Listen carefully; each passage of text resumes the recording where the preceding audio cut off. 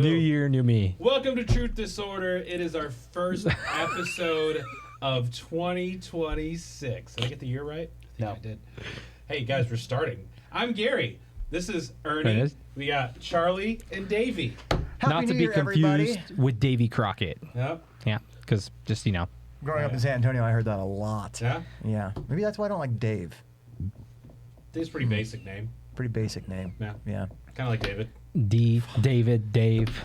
Davy is like a dog name now. It's like when you name like a in little the dog. Bible, all right. Okay. Come here, Davy. Yeah, David is cool, but Davy is like it's a little dog name. I never met a dog named Gary, and I think that'd be a cool dog name. You haven't met enough dogs, dude. Why do you say that so confidently? You haven't met enough dogs. I know 3 people whose dog's name are Gary, dude. Do you actually? Do you really? Yes. Yeah. What kind of dogs are they? One is a Schnauzer, one is a German Shepherd, and then one is a Pit. Oh, yeah. It's a German Shepherd one. Oh, That sounds like a Gary. You hear that? Schnauzer, GP, GS, and a Pit Bull. I don't know where I said GP. I thought like a human named dog is also awesome. German Peppered. My next border collie is gonna be named Derek. Derek? See, right? It's just kind of funny. Is it going to be a male or female? What do you fucking think? That's dude? bold of you to assume its gender. That's Gary. what that's why I'm asking. That's why I'm asking. That's why I'm asking. God, were you drinking before this? No. No, I drank this weekend. Jesus Christ! like a normal professional. Yeah. My body doesn't recover like You said the word Derek, and I immediately went to the movie Step Brothers. It's my brother Derek. Total douchebag. So, what do you? I guess we're talking. Please, are we still doing? Yeah. I have a bunch of stuff I want to get to. So Wait, before we jump into it, though, your statement came true.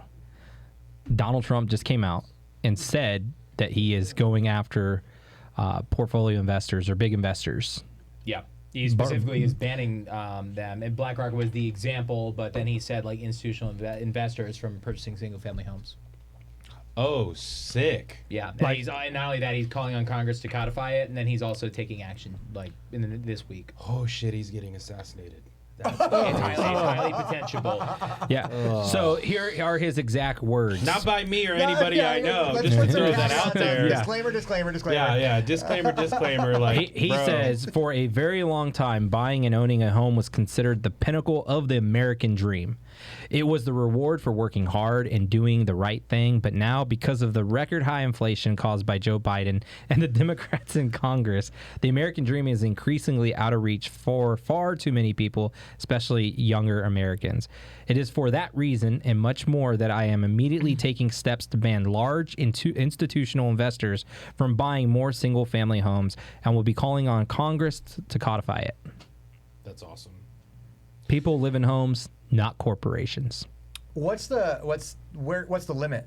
Because large institutional investors, right? And then could you just break? I'm trying to devil's advocate this to try and because you know that they're gonna think a way around this, right? Well, so B-Rock is on that list for sure. Well, that's what I'm saying is like if BlackRock's unlimited funds here, you just do a whole bunch of shell companies that purchase homes. What's the limit, and when does that start to intrude on your normal mom and pop that's investing, right? How are we actually reinforcing this law? Right. So if I'm investing because I want to be a slumlord, because it's super easy to create a shell company. Right. Anybody could do it. Right. Or if I want to be a slumlord or Airbnb host or whatever, I'm buying houses, to flip them, whatever. Is it a valuation limit? Yeah. Can I only own $10 million of real estate? And does that real estate equate to each state differently? Because it's going to be, $10 million in real estate in Montana or Oklahoma is different than California, right? So what's the limit? Can one family or one entity or one LLC or one S Corp only own a certain amount of homes? And if that's the case, then could I just have 25 different LLCs that owns 5 homes apiece? Exactly. I would really like to poke holes in that and try and see where that ends up because I have a feeling it's going to shake out at probably like a specific amount of leverageable assets. Right. Where it's going to be like, okay, when you're over this amount, like this is what we consider institutional. It's probably going to lead to just like a very specific definition of what an institutional. It has to be black and white. It has to. Yeah. And will that limit American citizens from diversifying their portfolio Correct. if they can. Right. You know, it's Yeah. like they're not institutionalized. Yeah. They're just And great when investors. do you become institutionalized? That's Right. it. Yeah. That's because then you're going to have tons of people that are just going to be treading that line. Yeah. If not just companies. Companies will tread that line. Everyday companies should tread that line regardless. You know, it's just Yeah. like, why not take advantage of those little And a lot of credits? folks assign an LLC to even their own residences in order to avoid liability. Say, Correct. for example, somebody worked on your house, a contractor got hurt, and then, you know, so in order to not sue against your assets. So it's going to be really interesting to see the legislation on that and how it's going to F us. Hear that? I didn't say it. I didn't say an F-bomb. Well, and the other thing is too, it's going to send money back into the market as well, because they're going to have to liquidate once this happens. So the interesting question is going to be what happens to the stock market, what happens to various coins once this happens. Well, Like, how we'll- are they going to? How are they? Do they have to liquidate though? That's the question. That's a big question. Because if they don't have to liquidate, then all right, become BlackRock slumlord. Yeah. Are Right. they subject to eminent domain to the government? Now the government owns all these properties. They would never go that far. That'd be great. That'd be Never crazy. say never. Never. Yeah, I used to say never until COVID happened. Yeah, but it's then COVID never happened. That's like a line where it's Yeah, kind COVID of never over happened. when the government says, "Hey, we can take your entire portfolio." It's Yeah. like all the smart money in the country is going to leave instantaneously. But would they make them sell it off? That's the question. Like, yeah, would they make them sell it off? and if that happens, I mean, thinking instantaneous. thinking tank on of home like, let's prices. just say it happened tomorrow. I mean, we're already seeing more homes on the market than there are buyers. Yeah, for sure. So home prices will just crater. imagine another 1,000% increase in inventory. Good for buyers. It'd be great. It'd be great for buyers. It'd be bad for homeowners. Maybe we get some homeless veterans in some homes. I think that would be a win. Just kidding. It would be gang members from South America. Well, the other thing is think about how many equity financial instruments are tied up in home valuation as well, too. Like, so funny, David. The knock-on effects are going to be fucking terrible if that happens. Yeah, it's. They'll give it to the Somalis. Small, yeah. It's the Leering Center. It's, This is the leering neighborhood. didn't know they were all homeschooling so much. Yeah, that's really interesting. I want to know where that line is for sure, and who's the institutional investor. Because Can you not buy a third home now? Because now you're institutional. Yeah. If you're profiting, I mean, if you have well, a of course third, it's not going to be that low, but it's going to be. Where is the line? Where is Yeah. the line? Because I mean, not your everyday average American citizen owns, let alone one house. You know, 5. Yeah. When do you become an institutional investor? And why is it illegal to become an institutional investor in the first place? What I mean, if I want to make a home flipping, buy and hold LLC with Gary, and we just throw shitloads of money into this account, and that account buys things, why should that not be a part of my American dream? I can see how that defining an but- institutionalized investor, I think, might be the easiest part of this whole thing. That's going to be the easiest. It's just, you know, And the only verbiage we have too is ban on purchase. Yeah. Like that's the only like. This is only Truth actual- Social official, right? Yeah, And yeah. so, It's on his Truth Social. no, it's on the White House. So okay. So Okay, it's well still- there you go. So it's official. This official. guy Ian Smith, he posted something on his journalist. fitness Yeah. type guy. He posted something on his story way back when, before Christmas, and it just like completely resonates with me because like I saw how crazy the left was getting with like going after kids and trying to make it seem like, oh, we just want them to be comfortable with touching themselves, and I'm like, okay, this is ridiculous. And then so I was like, well, let me vote for Trump.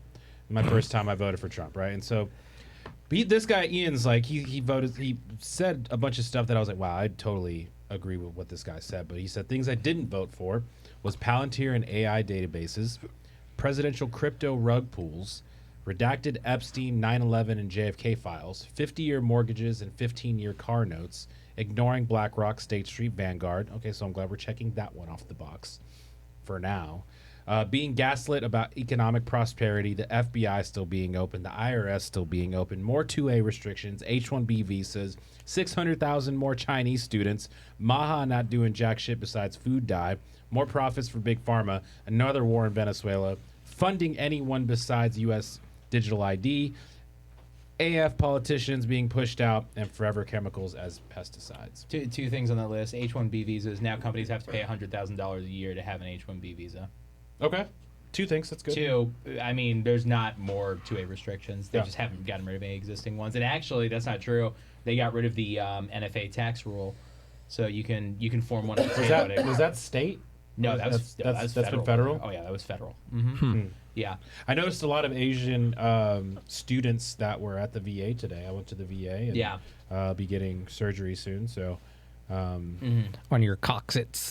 Your coccyx. Just two What is things. it? Everything else I pretty much agree yeah, with. the front Yeah. part of my coccyx. But Yeah, even though I think Ian Carroll's a fucking moron, but yeah, I agree with those points. No, that's Ian Smith. This is a different Oh, guy. Yeah, thank God. Ian Carroll, is Ian an Carroll's idiot. a fucking moron. yeah.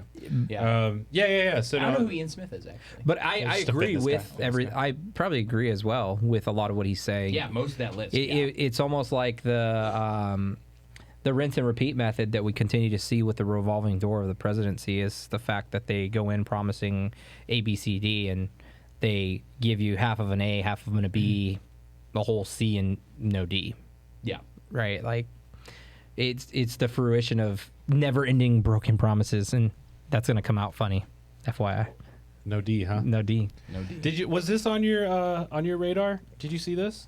What the New York Post posted? Yeah, 100%. That man. Yeah. I saw Absolutely. this and I was interested in what That you was guys. that was the point of the peace they negotiated. Yeah. Yeah. And Remember that- Trump said they were going to literally do that. Yeah, but it's so insane that when Hawaii happened and all Yeah. these crazy things, and it's like, oh, conveniently, let's put a smart. So what I'm pointing at, y'all, showing Charles, the New York Post posted there's a 10-year development plan currently courting investor countries with a 32-slide PowerPoint presentation detailing a bold plan to renovate, essentially. So this is Kushner Witkoff's draft, $112 billion proposal to develop Gaza into a smart city with luxury resorts, and United States, Estados Unidos, will be footing 60 billion of that. That is 60,000,000,000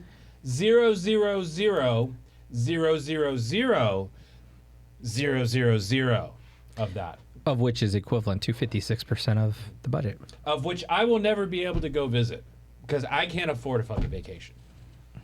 Maybe when, Dang it, I said an F word. maybe when you sell your listing, you can.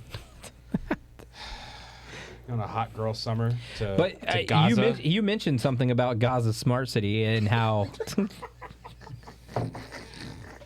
Imagine. gosh, I'm in my hot girl era. I'm going to Gaza, guys. as your Gonna go check microphone out the goes smart city. as your It's gonna be microphone so goes fun. limp. God, I Hot love girl summer in hot Gaza, girl dude. summer in Let's Gaza, go. baby. You were saying, Ernest? I saw I'm a gonna Twitter. be like Will from Stranger Things. You might as well put two hands up and just start. Well done on self-control there. But I did see the X post about that, about how Netanyahu is trying to extend his border reach by taking over Gaza, which is why we're seeing this war right now between them and Izzy. Is because he wants to expand his global footprint for those smart cities and wants to have like those beach fronts. Yeah, oh, for sure. I mean, well, and here's the thing, too. Like, Israel essentially won. Like, that's where we're at right now. I don't know what's going to happen to the people of Palestine, but Israel won. The peace that was negotiated is essentially a capitulation. That keeps getting broken almost Great every day. word.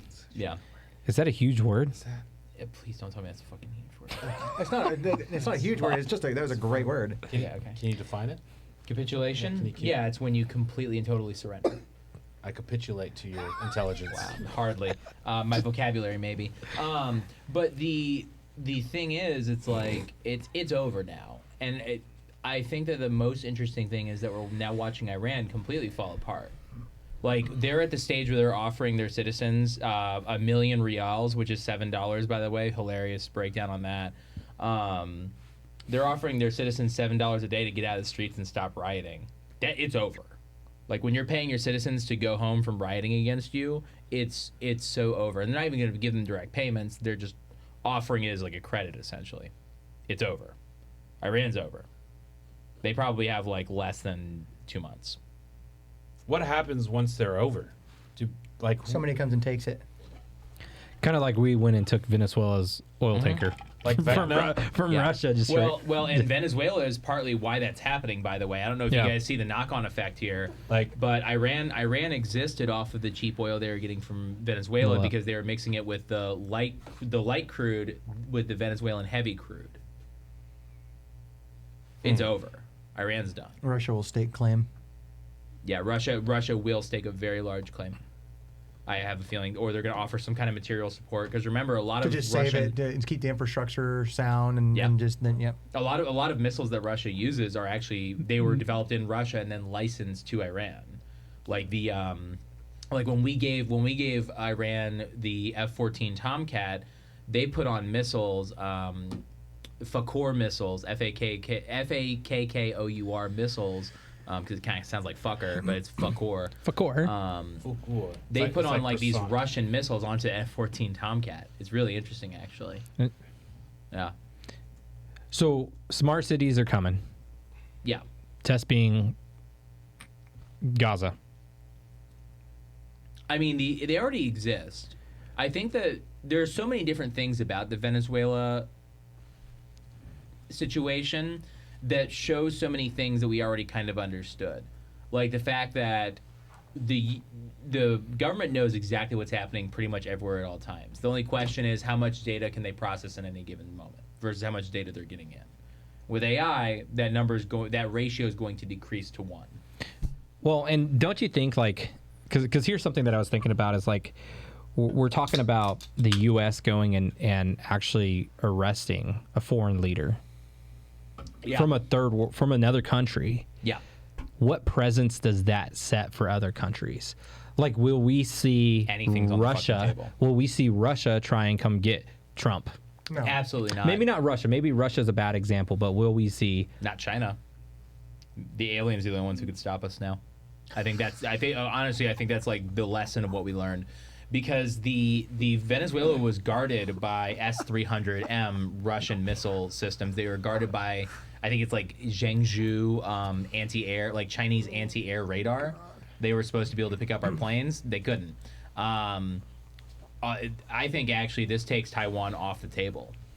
Honestly, I think that China took a good hard look at what happened here with because this is a perfect field test of all the different systems that they're using to defend themselves and also what they would be using to attack Taiwan, and none of it worked. Well, because we're in control of Venezuela right now. We own Venezuela. right. Marco Rubio confirmed that to the Congress. He said, yeah, she's in charge, but they're doing everything they want. And they proved that by sending a 50 billion barrel oil tanker over to us. Yeah. million. Yes. 50 million, Yeah, yeah. no, you're right. 50 million. Yeah, Charles and I were talking about it too, and I was like, okay, well, that's just kind of crazy that we were able to do that first and foremost.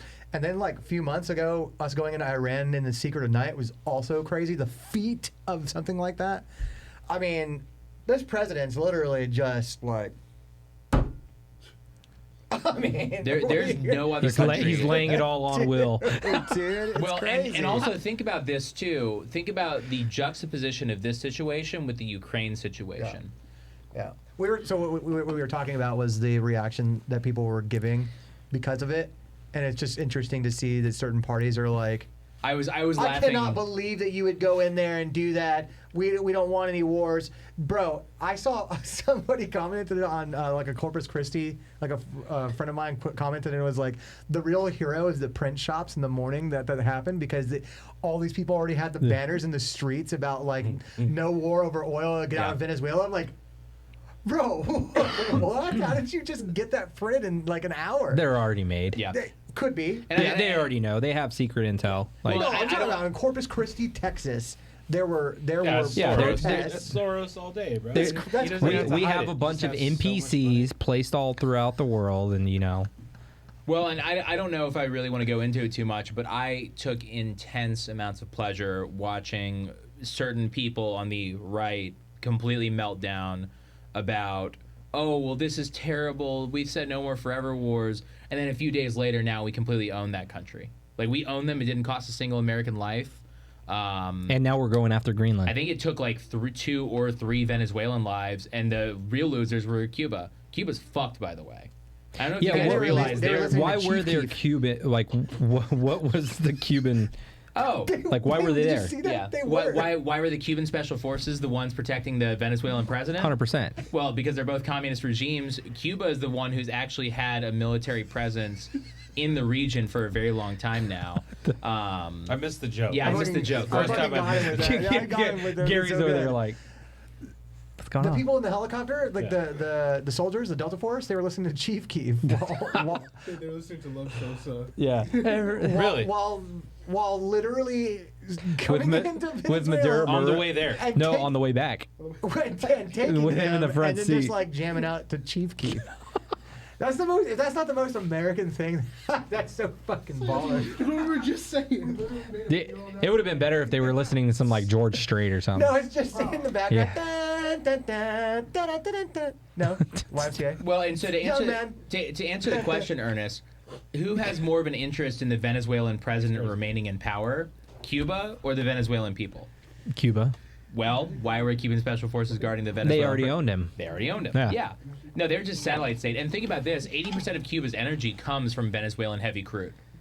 So then that would make more Cuba's sense to fucked. take over Venezuela, because then now China can't leverage their influence over Cuba to get more assets in place in Cuba, which is even closer. Well, and not only that, Cuba's probably going to fall because now where are they going to get their energy from? It's going to cause a huge spike in their inflation rate as well. But the other thing that's interesting about Venezuela too is the night that this happened, China literally had a delegation that had landed earlier the day in Venezuela.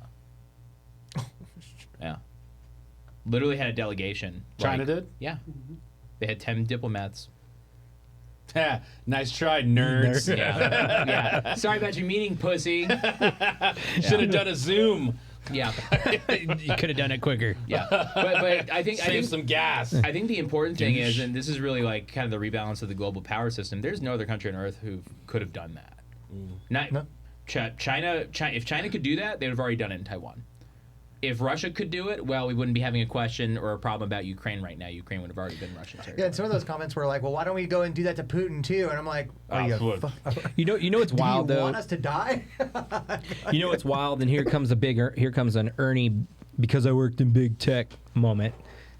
Is that like, I feel like it's a bluff, it's a mirage that we cast, that we don't have the technologies that we do have, Oh yeah. because we always say, oh well, China's so much more superior with the advancement of technology, We just don't let it be known. and in reality, we're just hiding it. Well, the Su-33, the Russian plane, is actually a really good example of this. So they, at one of the various like Russian air shows, they showed off this new fighter, a Sukhoi 33. It was supposed to be like the new near competitor to the United States aircraft's arsenal, right? They have produced almost none of them. But they showed it off, and we spent billions and billions of dollars from our defense budget on making a counter to the plane that they never ended up doing. The MiG-19 and the MiG-21 had very similar stories. The capabilities were way oversold, and then we made something that crushed it. Like the F-8U, the F-8U-2 beats the MiG-21 in every conventional fight that it was ever fought or ever imagined to be fought. But Russia made it way cheaper, so we ended up spending more money. It's always a question of capital burn, and if that's the game, well, Russia's not going to win that game. That's exactly what this is, too. Same exact thing. Because what I see right now is we're positioning for World War III, is what we're doing. Yeah, 100%. We're basically we're taking our outposts. We're redrawing the global map of hegemony. That's what's happening. And the United States has proved that if it happens in our hemisphere, well, it's fucking ours. Because we're going to Greenland right now too. Yeah. So not only are we south, now we're north. Yeah. Like, Well, and so think about this. Why is Greenland important, my friends? Well, if you look at a map, one that shows the projection of the globe, a flat map at that. yeah, whatever. If you, I knew it the moment I said it. If you look at a flat map of the Earth, the Greenland is in between Russia and China and the United States. If you're going to take down a ballistic missile, the most advantageous spot to do it is at the apogee, when it hits the apex of its climb and it starts coming down. And the most advantageous spot to shoot something hitting its apogee is from directly underneath the apogee. Greenland. Yes, Greenland. It's a gigantic missile defense system. And Trump said it too, because Trump. That's the weird thing about Trump. He's been super honest, because Bush and the Bush crime family lied about why we were going to Iraq. Yeah. And we didn't even fucking take the oil, so it's like pointless. Trump's like, yeah, we're taking the oil. We didn't like the fact that they were on our border and sending in people, well, like on our border, on our sea border, sending in drugs and people. So we took them out. It's that easy, and now we got oil for cheap. Isn't that great? Isn't that the same? Dude, honestly, the way you said it, it's like I wish that people could just hear it like that, because it's just like, why is that not acceptable? No. It's pretty Right? fucking sick. Well, It's Sorry, I'm pretty- saying it's pretty fuck a cool. lot. My bad. And the example I'm going to give right now is like we're getting so and Gary, you might know this because having been in the military, but the military, they give you these really nice meals right before they send you to do something not so great. And I feel like we're getting spoon-fed those meals right now here in the States. We're going to get pampered with low-cost fuel. We're going to get pampered with inflation coming down. Home prices are going to come down for people to be able to have more buying power. Didn't they say something about taxes too? They want to eliminate There are taxes. a lot of different states Yeah. that want to eliminate the property The taxes. property tax. Texas is Trump one was of them. talking about Shrimp income tax. just said he was talking about income tax. Income tax, tax. yeah. Anybody Trump making this week. less than 150,000, he wants to make them tax exempt, not have to pay any taxes. That's crazy. Uh-huh. So we're getting this. Great crazy. We're getting this prime rib dinner right now. But this kind of this is so reaffirming of, you know, when people are implying that psychologically speaking there is such thing as Trump derangement syndrome. I didn't know how much I believed that, but after this Venezuela thing, I think it's pretty obvious Yeah. that it actually is a psychological disorder. I know when Biden was in, I thought he was a really creepy weirdo dude that sniffed on kids on national TV. Didn't hate him. He has the prime He was great in ingredients. Parks and Recreation. He had the prime Except when he fell ingredients off his bike. to earn some hate for me, but I was like, well, you know, Kamala, kind of dumb. yeah. Don't hate her. Obama sounded great. Wasn't really that great of a president. I don't care what Washington Post and New York Times says. Well, he created where we are right now. Yeah, he was kind of seemed more like a sleeper cell, Manchurian candidate, in my opinion. Still don't hate him. Did they ever find his birth certificate? Wasn't that a thing that they were trying to? They were hunting down his birth certificate because he was actually born in. Somebody took a screenshot. Philip Schuyler showed an article from Sunday Standard on Sunday, June 27, 2004. And it could be AI. Just a disclaimer. But he said, to give you some idea how long and how severely our intel agencies have been lying to us, there's a whole article about a Kenyan-born Obama all set for the U.S. Senate before Obama actually got into office. All right. So, yeah, I don't know. Probably not. I hate Obama more than anybody at this table. I don't think so. I think that really what that is a shield for the fact that he was our first gay president. So could you tell us one thing that Obama did when he was he was a city? He was a honestly, state senator. I don't disagree with him. State senator. I'd never heard of. I thought he was a state senator, and then before that, he was definitely a community organizer. I would have to double check myself on that. It's been so long since I thought about that piece of shit. You were saying? Yeah, him and Michael make a great couple. Yeah. You were No, saying? I was saying, like, if you were to ask any current day Obama supporter, like, name one good thing he did as a state senator, they'd be like, You know what they would say? They would say something along the lines of, "Well, the world respected us," which is funny. That's a good bit. It's a really good bit. It's a good bit. It's my favorite thing when people say it. Because I don't Because- remember who respected us back. I don't remember. Well, everybody played more lip service, Yeah, especially yeah. the EU. They're like, "Oh, well, we love America's our greatest ally," and then look now they're paying 5% of their GDP towards NATO, like they're supposed to be doing. They're crying about needing us in Ukraine. They're being mad at us about us wanting to take Greenland. It's are really we cute. are we still not part of NATO? Didn't we withdraw from NATO for a while? No. We are the supreme leader. I thought he wanted to pull us out That of was NATO. Trump always does this, where like he says, "Well, I'm not going to rule out kinetic military action against Greenland." Nobody ever said that, but that's like, let's just say that's the starting position. Then the media is like, "Oh, well, he's going to bomb Greenland." Greenland says, "Hey, we'd love to talk to you," and he says, "Okay, great. Well, hey, what can we do to make this deal happen?" And then he buys it. It's literally in his fucking book. It's you go way further than you're actually going to go, and then you settle on the thing you actually want. it Yeah, back. he lets other people Yeah. put the words in his mouth Exactly. Yeah, it works. that he doesn't want to say. Or I've been watching the man do that for almost a decade now, and it works every time. So yeah, if Will would have done that with Vecna, we probably wouldn't have had a 6th season. what I mean? Wait, there's a 6th season coming? I thought that was the final. But, dude, it made too much money. They're going to be... Was it 5 seasons? Yes. What season are you watching? I finished it. 5 seasons. Oh, so Yeah. there would have been a 5th season. Oops. I'm like, what? 6th season? Didn't you just finish the 5th and it's supposed to be the final or something? Yeah, no, it's all done. So where do you see this going? That was a crazy transfer. What the fuck? That's how my mind works. I don't know. So I want to know in your interpretation, Gary, where you see, where you see what we're going with this, like all these acquisitions, as we'll say, like we're gonna have Greenland, we own Venezuela now. What's next? I think fully vassalizing Europe is probably on the table. That's way further down the line. I think. Explain vassalizing Europe, please. Europe already Because when I hear exists. vassalizing, I think of like Diddy.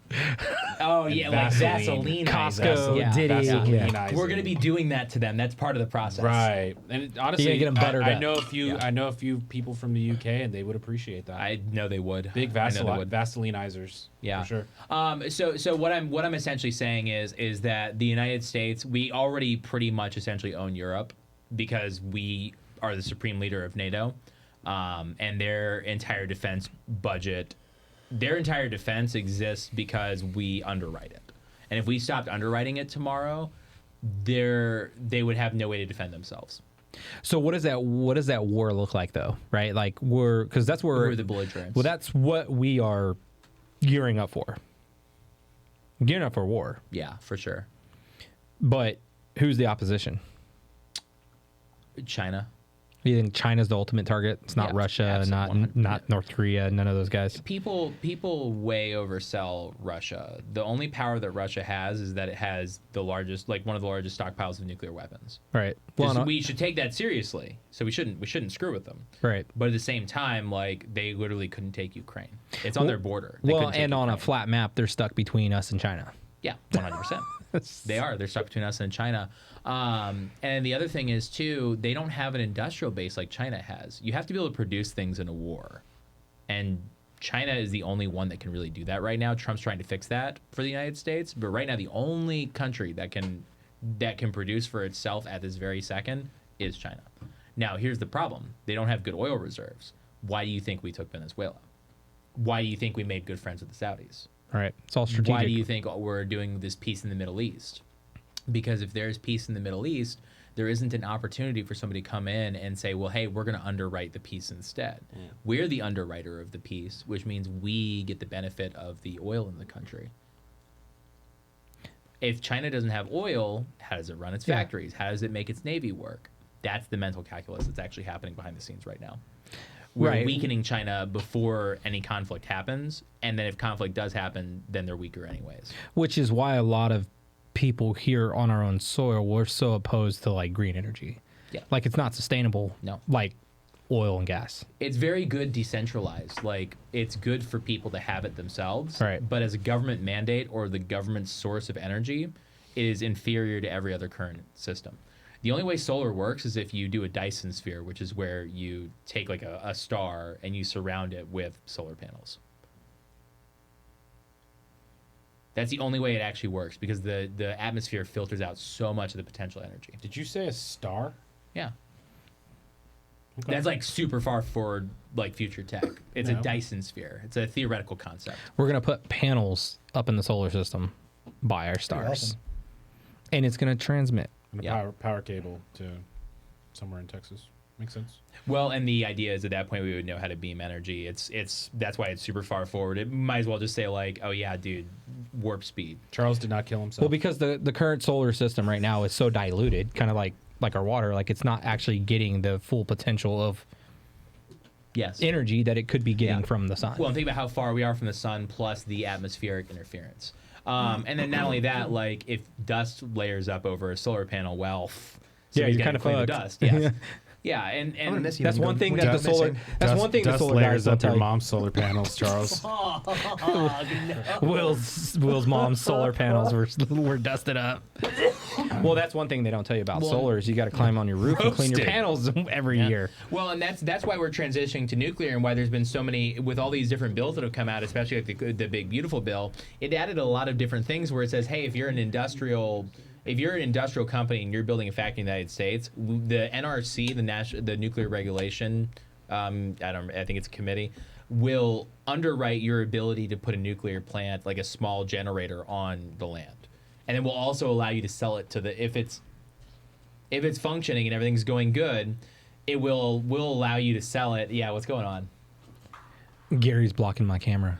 I'm capitulating this He's camera. capitulating my camera. Classic. No, but great essentially, if you make enough energy, you can sell it back to the city. So like, there's an additional incentive to overproduce energy, bring energy costs down. I'm surprised somebody hasn't made a gas that replicates a star. Like actually the gases that the star puts off. Well, that's what plasma is, but it's not. Dude, It's not come a gas. talk to me after some Taco Bell crunchy wrap supreme tacos. You know what I'm saying? What aspect of a star do you mean that it? I'm a replicates? gaseous star. Well, I'm just thinking about like what the actual solar panel gets the energy from, right? Like what energy is the star actually producing that the solar panel is going to absorb? I believe it's been so long since I've thought about it. I think it's like a heat differential between like the positive and the negative electrons. Because anytime you have a difference in the amount of positive and negative electrons, the flow across the barrier between the two objects is what actually creates electricity. This almost makes me want to talk about Candace Owens again. Yeah, shit. Honestly, that's You know what's it's wild lame. though, and if you don't think your phone's listening to you, your phone's listening to you, because I just literally popped open my Facebook, and I kid you not. Do you think Greenland should be part of the United States News for San Antonio? I think it should be a News territory. 4 is on some cuck shit, dude. Dude, they are. Dude, they San are some Antonio cuck shit. media is just like the worst. It's dude. one of the worst. Yeah. So It's bad. like, oh hey, look, there's the low-hanging fruit. Let's grab onto it and just go get clicks. It's just lame ass question.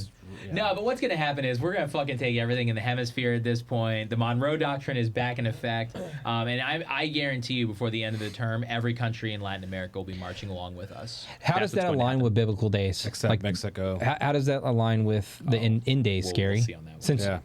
you know a lot about Revelation, does this play into that book? I think a couple things play into that book.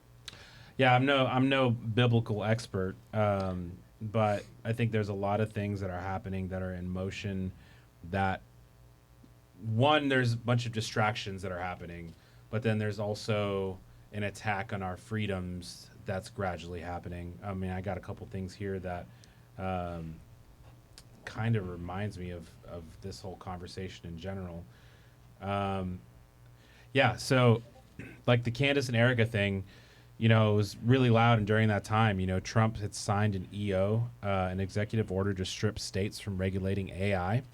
Yeah, New York Post actually quotes him saying that, you know, by doing this or not doing this, either U.S. or China wins. And right now, China is winning, meaning because they have all of their stuff, I guess, in a federal equivalent of how they pass laws and stuff like that. For us, We just fight each other. yeah, I know.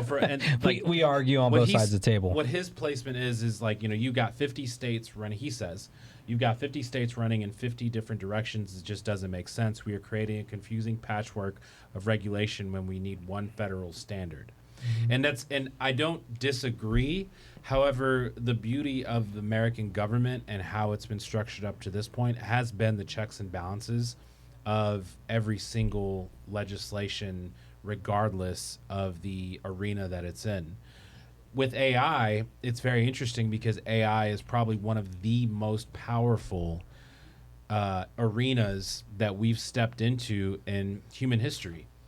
And for there to be no checks and balances, for it to only be federally regulated and streamlined from, you know, instead of there being a checks and balance within a state level, it's president says something, then AI does it, right? And so that can tie into anything from, you know, security policy for protecting kids from malicious content.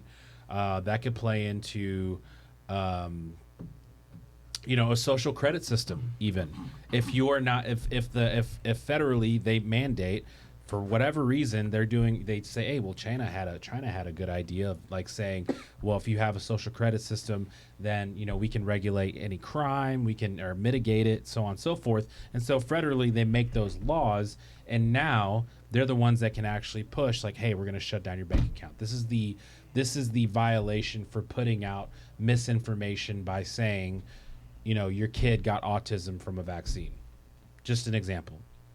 Right? Which is factually true. And that's what, but if federally that's not part of the narrative, right? If that's not playing into, and that's, so to answer your question, you guys had a question, said something earlier that says that somebody asked, so who is the enemy, or who has to look out for who's being attacked? In my mind, I just thought Christians.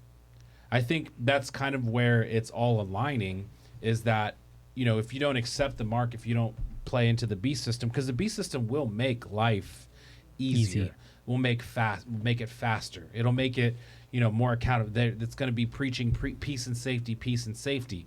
And there's been nothing like this kind of technology on this earth, as far as I know, or has been reported, that is as available as it is now. And Obama was handing out phones in the hood. And during his presidency, literally giving away smartphones. Yeah, Obama phones. The Obama phones back in the day. And what happened during those times? Crime. There were more arrests at that point than probably several years before that, because they used those phones to triangulate positions and identify trap houses and all that stuff. So it's just kind of like forking out the tech. Now we're putting federal regulations on top of it to set up for this beast system so that it's an easy transition over. Well, and to your point on the AI too, is a lot of people are not actually watching what they're putting or asking AI and don't realize who actually monitors AI. There's a guy, I forget his name, that always comes across my feed. He's like, did you remember to delete your history in ChatGPT today? Like, that's his post every single morning at 8 a.m. Because some people are asking, they're asking malicious questions, but they're also forking out what they're up to, right? Yep.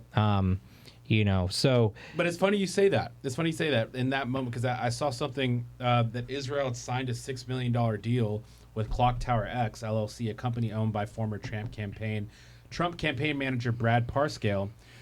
Basically, they signed an agreement with ChatGPT to produce pro-Israel content. Mm-hmm. So like Israel is all up in that mess, right? Like they are getting ahead of all of these things. I saw. Did you guys see the list of all of the pastors that they reached out? Oh, there's a bunch. Yeah, and like I think Oak Hills is one of them, where they it's like expect all the pro-Israel stuff to start coming out from these specific churches. It was Oak Hills, obviously Cornerstone. Yeah, and I think we talked about that 2 weeks ago. It's just, man, it's such a psychological, it's such a psyop. Yeah. It's just such a psyop constantly. Did you see the movie? Have you seen the movie, the new movie David? Like, have you gone to see it? Really Dude, good. That movie like literally pulled at my strings, made me kind of want to cry at the end, maybe shed a little tear, but it will fucking but just kind of going to the point, it reminds me of like what we're seeing in modern day today, where Israel and its leaders are pushing this pushing for this narrative, which is what David went against. Yeah. Right? Like David was against, and I'm probably going to butcher this, but it's the Pharisees that were ruling that land because he was the newfound king, right? Like they nominated him as the king, Samuel, and gave him the blessing. But we're seeing that now where, I don't want to throw the word out because we'll get oxed, but we're seeing this religion go against and start to push this narrative and try and silence other people who are rising against or in opposition to what we see happening. But it's also important not to confuse Judaism with Zionism. 100%. Judaism, I don't think they are. I think Judaism is to Zionism as a Muslim's wife is to her husband. Like, they're just kind of forced to be there.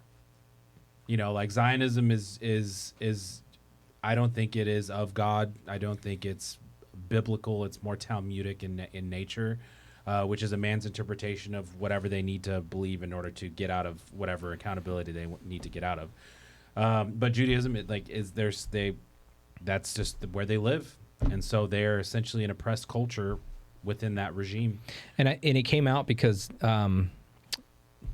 Netanyahu came out and said you should see his words were you should see how Christians are treated in Izzy. Oh, it's awful. Right. Well, he said it was all peaches and cream. Yeah, of course. He doesn't know. But Or else he Christians doesn't care. Yeah, he's naive to the fact of what's actually going on. They're getting spat on and all this other bad stuff, all this other bad stuff. But I also did see from a Christian journalist, they spent a month or 2 months in a Muslim community, and they're like, man, this is the most welcoming community.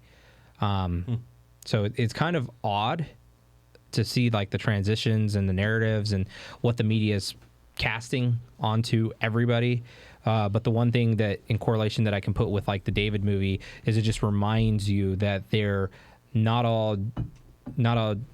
everybody who is in Judaism is good.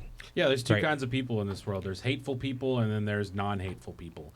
Non-hateful people aren't always loving, but they're not hateful, right? But then there is hateful people, and usually hateful people, their actions result in violence. Their actions result in prejudice. Their actions result in all of these things that are of hateful consequence. So, two kinds of people in this world. And there's hateful Christians, there's hateful Jews, there's hateful Muslims. There's just all kinds of people. And every single sect of human being has a hateful person in it. Just because you subscribe to a certain religion doesn't automatically make you good. Yeah. Or the best. And and even worse, could also leverage that positioning in order to exploit other people. Mm-hmm. Right? Like, I'm a hateful person pretending to be Christian, right? It's like a pedo becoming a priest, or a pedo becoming a daycare worker, a pedo becoming somebody in power, so that they can exploit that position to hurt more people. Weren't you one? I think you were the one that brought it up in one episode when we were talking about the person most likely to become a pastor. Didn't you bring up that statistic? Was that you? No. Wasn't it like, I think it was like a schizophrenic person or something like that, somebody who had problems. I forget. Okay.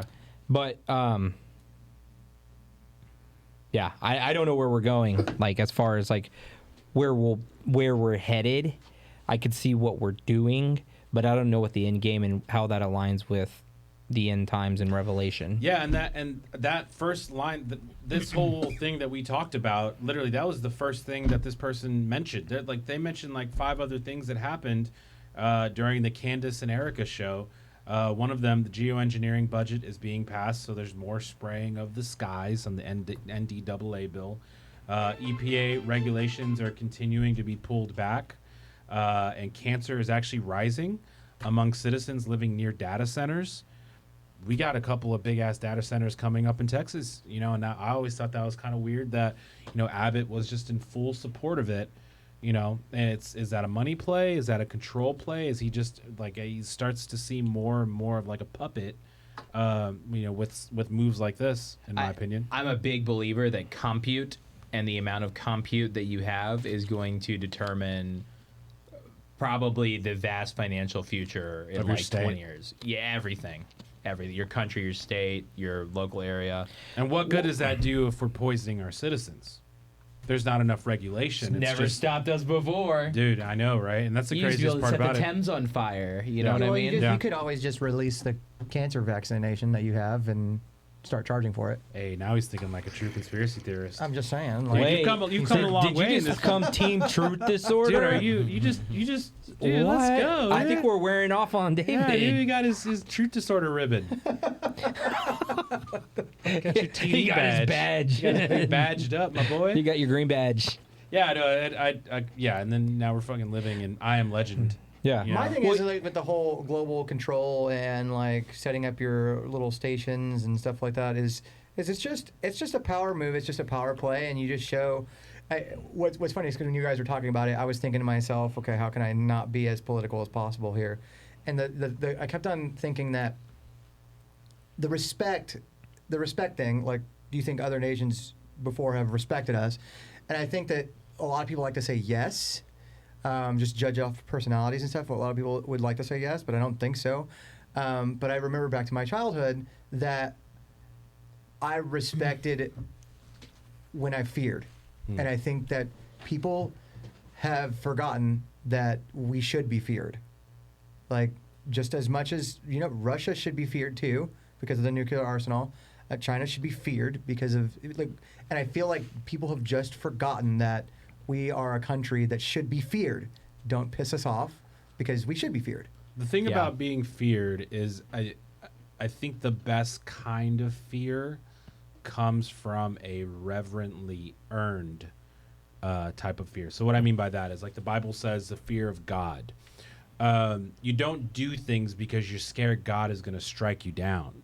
You do things like a child looks to a father when, you're seeking that affirmation of your actions, right? You don't want to let that person down. So there's more of like a reverence on within the context of how you're mentioning fear. Right. I think back in that day when America was feared, the only point I'm trying to make is that we earned that there was a reverence to us because, like a lot of people don't know this, and I was just reminded, and Charles probably knows this because he's an almanac, but there was such a social decay in the 1880s and 1890s.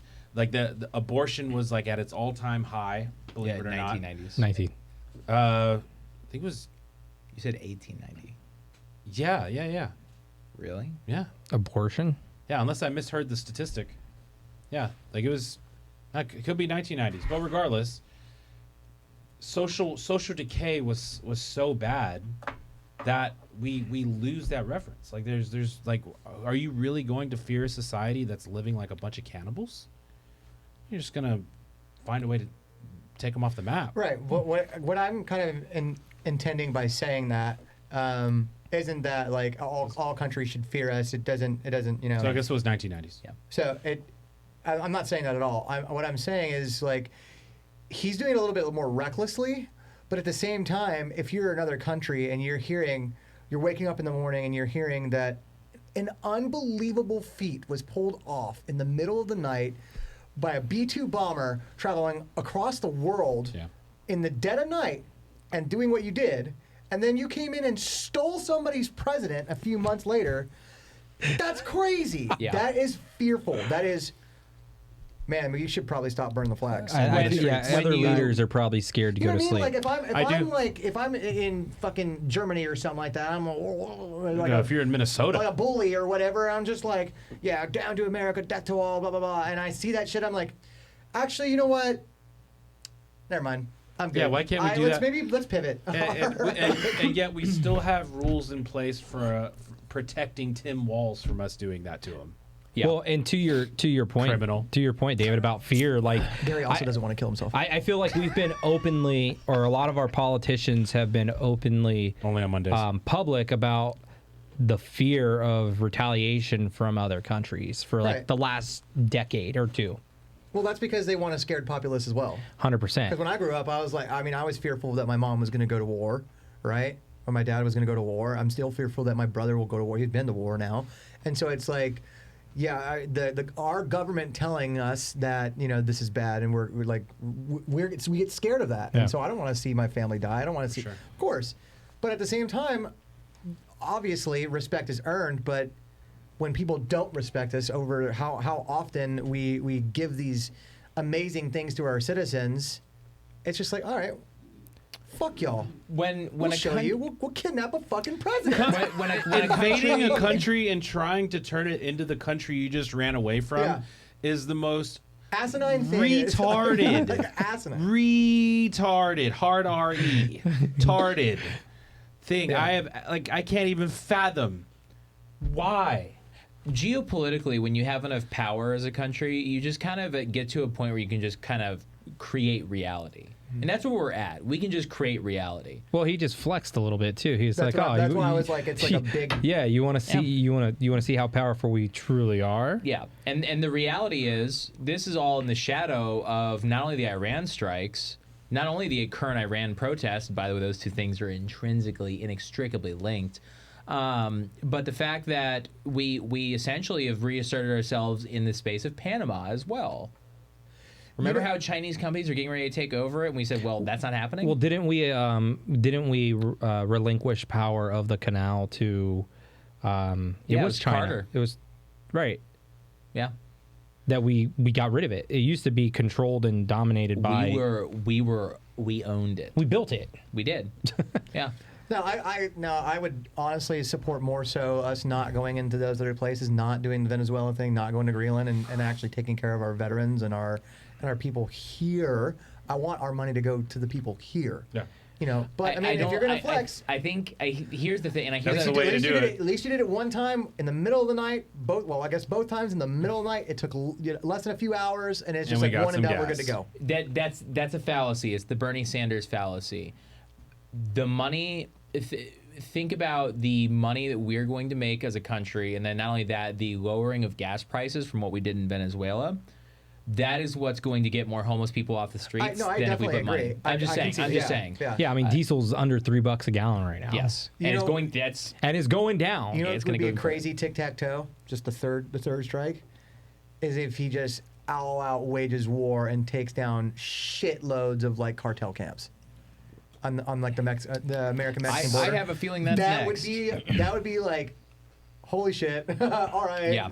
Like that, Yeah. because that'd be great. Because we have a problem. Yes, we have a problem in the world. Yes, against China, Russia, Iran, whatever. But this one's right at our border. It's we such could a also huge take care threat, of that man. too. Like, Yeah. why not just do that too? Yeah. I don't say anything in regards to those kind of contexts just because we live so close to it all. You just never know whose kid Yeah. sees it and then Yeah. puts us on. But, dude, yeah, I couldn't agree more, honestly, in that regard. It is just, it's right there. I mean, we're like, San Antonio is missing a new teenager every week. Yeah. Right? You're going to tell me that has nothing to do Almost with it? every day for the last week. Well, and I think we also need to think about too with Venezuela.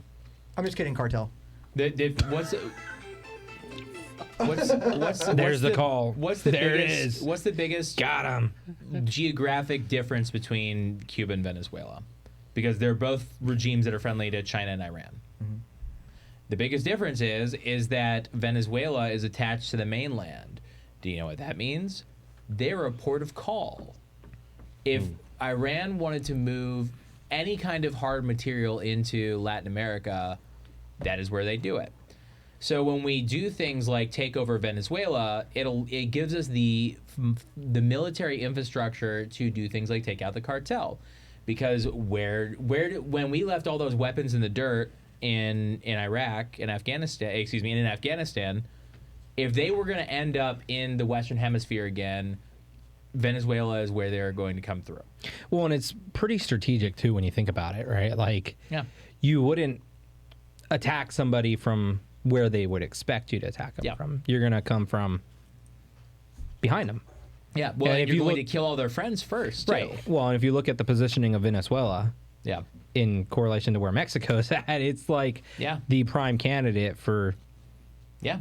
And think about what happened with El Salvador being like one of the biggest exporters of criminals. Now they are the largest prison system in Latin America. And they're incredibly prosperous and wealthy now.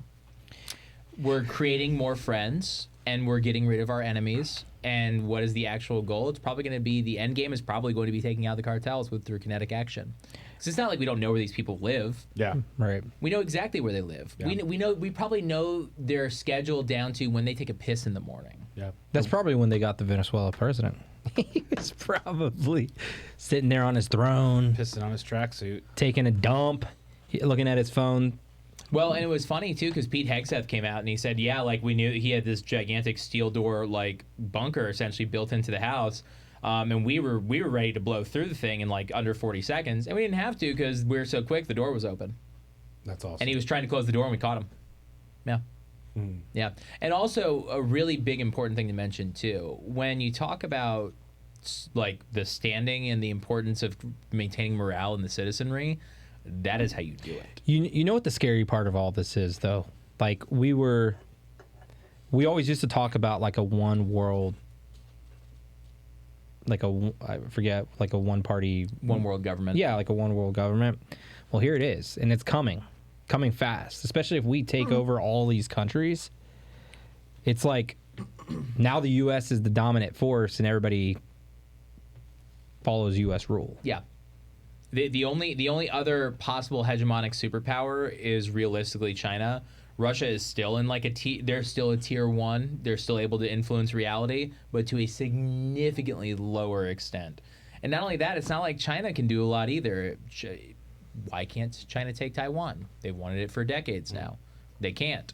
They can't have it. I was reading that Venezuela is the play because China is going to take Taiwan, and I thought that too initially. I don't know, but I actually said that in our group chat. It was an interesting. But Taiwan has support from Russia, if I'm not mistaken.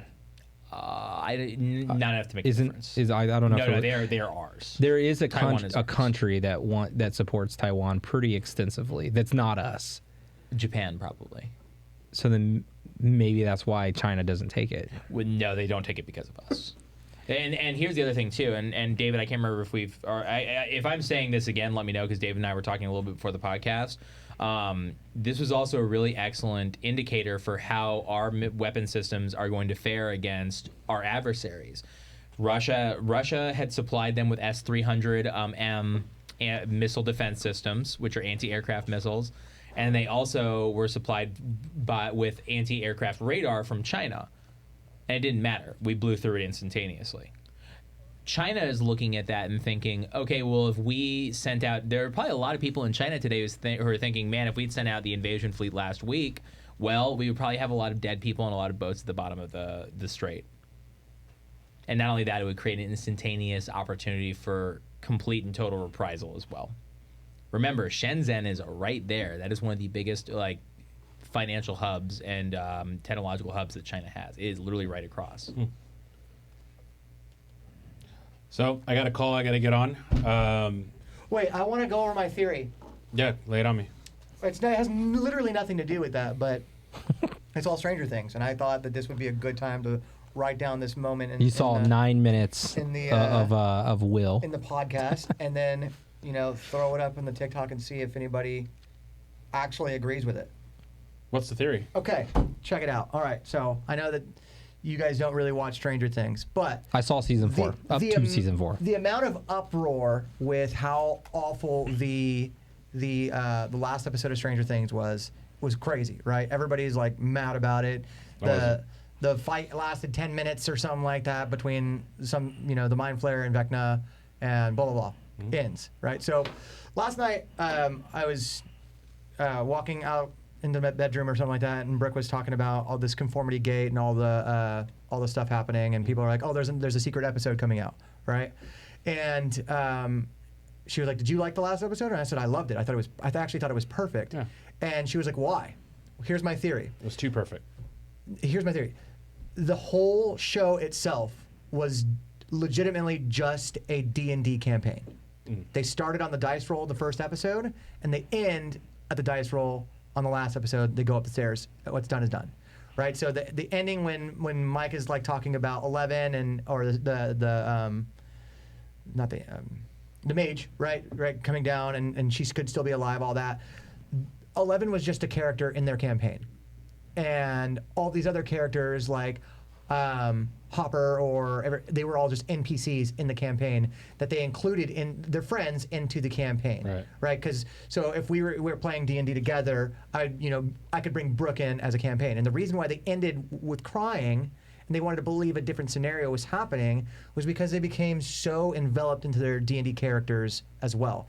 I've played D&D for a while. Brooks played D&D, Baldur's Gate. I told you guys I was doing Baldur's Gate, so that's a D&D campaign.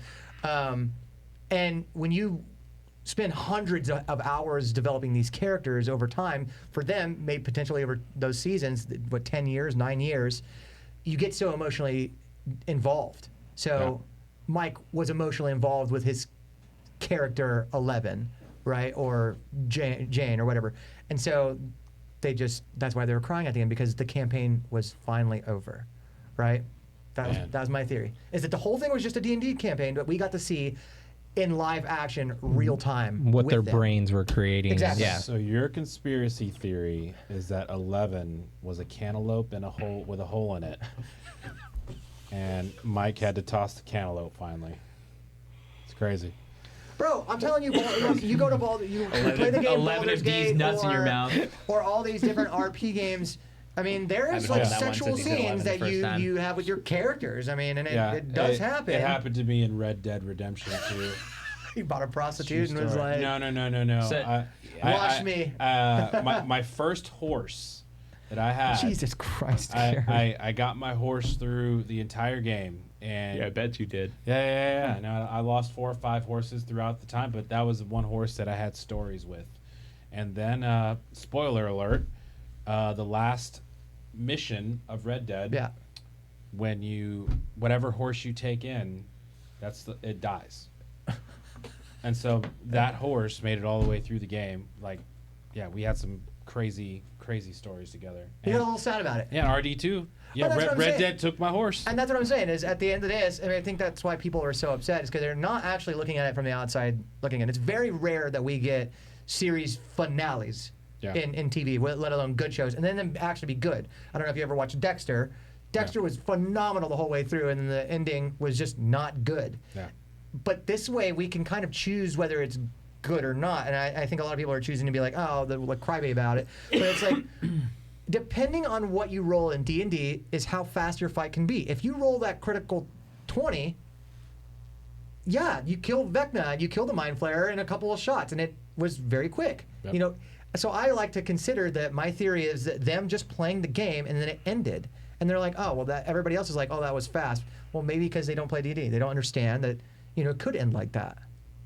And that redheaded girl just started playing too, so yeah, could have just jumped in.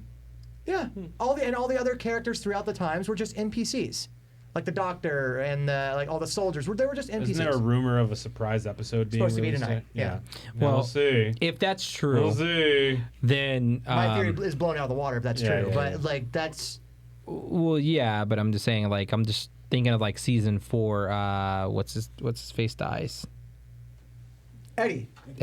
Oh, what's okay? Here's what actually. So when I told that to Brooke, she looked online. She would for any support or any if anybody else also has this kind of theory. Not a whole lot, but there is support that all of the characters did make sense with like your different roles in D&D. Like Eddie, who played the guitar and was literally fighting demons, right? Yeah. In the Upside Down. He's a bard. That's what a bard does is they fight through their music, right? And then what's the dude with the curly hair, the kind of like Dustin? Dustin, yeah. Dustin was being trained as a bard as well through Eddie. And then in the final season, it's like he leveled up. He's now the bard of the group, right? And then you have, you know what I mean? So throughout the series, you can tell that they're actually playing into a different type of character. Like Nancy Wheeler had the gun. She could be a ranger, right? So it's like they're playing into their actual characters. Yeah, that was pretty good. Nancy was a little corny for a second and then turned it around. But that actually reminds me, so read this thing on Read This Deeply, and kind of plays into Mike Wheeler being a beta cuck. Oh my God. But they said a submissive We're canceled. A submissive woman actually controls the man. That sentence alone, they claim, filters intelligence. I don't even know. I think they're just taking shots. But most will never get it. A few will. Men don't fold for noise, not for loud mouths, not for attitude, not for ego and heels. That repels masculine men. But a soft woman, a respectful woman, a feminine, cooperative woman. She doesn't raise her voice. She moves his entire world with a whisper. And it's kind of a recurring theme with the whispering thing. I think I might just start whispering at people. I might actually get through to Charles. No, we're talking about Stranger Things. All right. But yeah, submission isn't weakness. It's influence disguised as peace, a psychological advantage older than empires. A man will fight the world for a woman who treats him right, but he won't lift a finger for a woman trying to compete with him. Women think power lives in attitude. It's wrong. Power lives in softness. That's how a man bends without ever feeling broken. The loud woman gets attention. The feminine woman gets commitment. Different games, different outcomes, different ceilings. Masculine men don't respond to pressure. They respond to peace. Give him peace, and he'll move mountains for you. Submissive woman never demands. A man offers willingly, eagerly, almost instinctively. Don't abuse that power as a man. Women didn't lose power randomly. They lost it when they tried to act like men. Straight up. The ones who stayed feminine, they rule the kingdom. Silently. She doesn't control him loudly. She controls him quietly, gracefully, effortlessly. Submissive woman doesn't lose power. She weaponizes it, and few will ever understand. Saw that, and it just kind of really spoke to me because it's just really how my latest dynamic with my second wife has kind of panned out, and something that I always took pride in, like, oh, she doesn't tell me what to do, but by how she does things and me choosing not to be abusive or powerful, like overpower, or, that privilege, it forces me or causes me to naturally or inherently make better decisions for the betterment of us because I'm more accountable that way. So, yeah, that's all I got. Nice. Well, if you liked my theory on Stranger Things, let me know. I think it's a good theory. Really cool. I think it's a great theory. Thanks. I thought of it and I was like, I wonder if anybody else has. If not, then first one. Yeah, I can't wait to see the episode tonight. Shit on that theory. Damn it, dude. No, it probably won't. It probably won't. There's no way it comes out, right? Millie Bobby Brown totally gave it away. She was. I think she was mad that she was dead because they asked her about it, and she was like, she's too much of a prima donna. Now she's like 16, 17 years old. What, or how old is she? Like 23. She's like 37. Is she? No, she's not 37. She's like barely 20, isn't she? Yeah, early 20s. Yeah. She's a mom. No, she ain't. Yeah. She's a mom? Yeah. Yeah, that's true. To Drake's kid? Probably. No. I have no idea. Nah, I'm just now messing I'm with Gary paper. now. It's Well, thanks for Kanye. tuning in to Truth Disorder this week. Happy New Year. Hopefully everybody had a great New Year's. Can't wait to be called a misogynist for my latest Dude, reading of the bro, I contents. saw one clip of us, and the guy was like, or was it a girl or something like that, was like, what an uninformed take on poverty. I'm like, bro, are you here in San Antonio? Do you see the gypsies on the street all claiming that they have fucking kids with cancer? There are 15 of them. Yeah. I see it through like Stono, Culebra Road on 1604, Bandera, all wearing the same exact fucking outfit. I know about the fucking poverty in this city, okay? And I know they're trying to take shit for free. Did you just call it? I have a fucking informed take on it. I heard Culebra. Culebra. Cool Labra.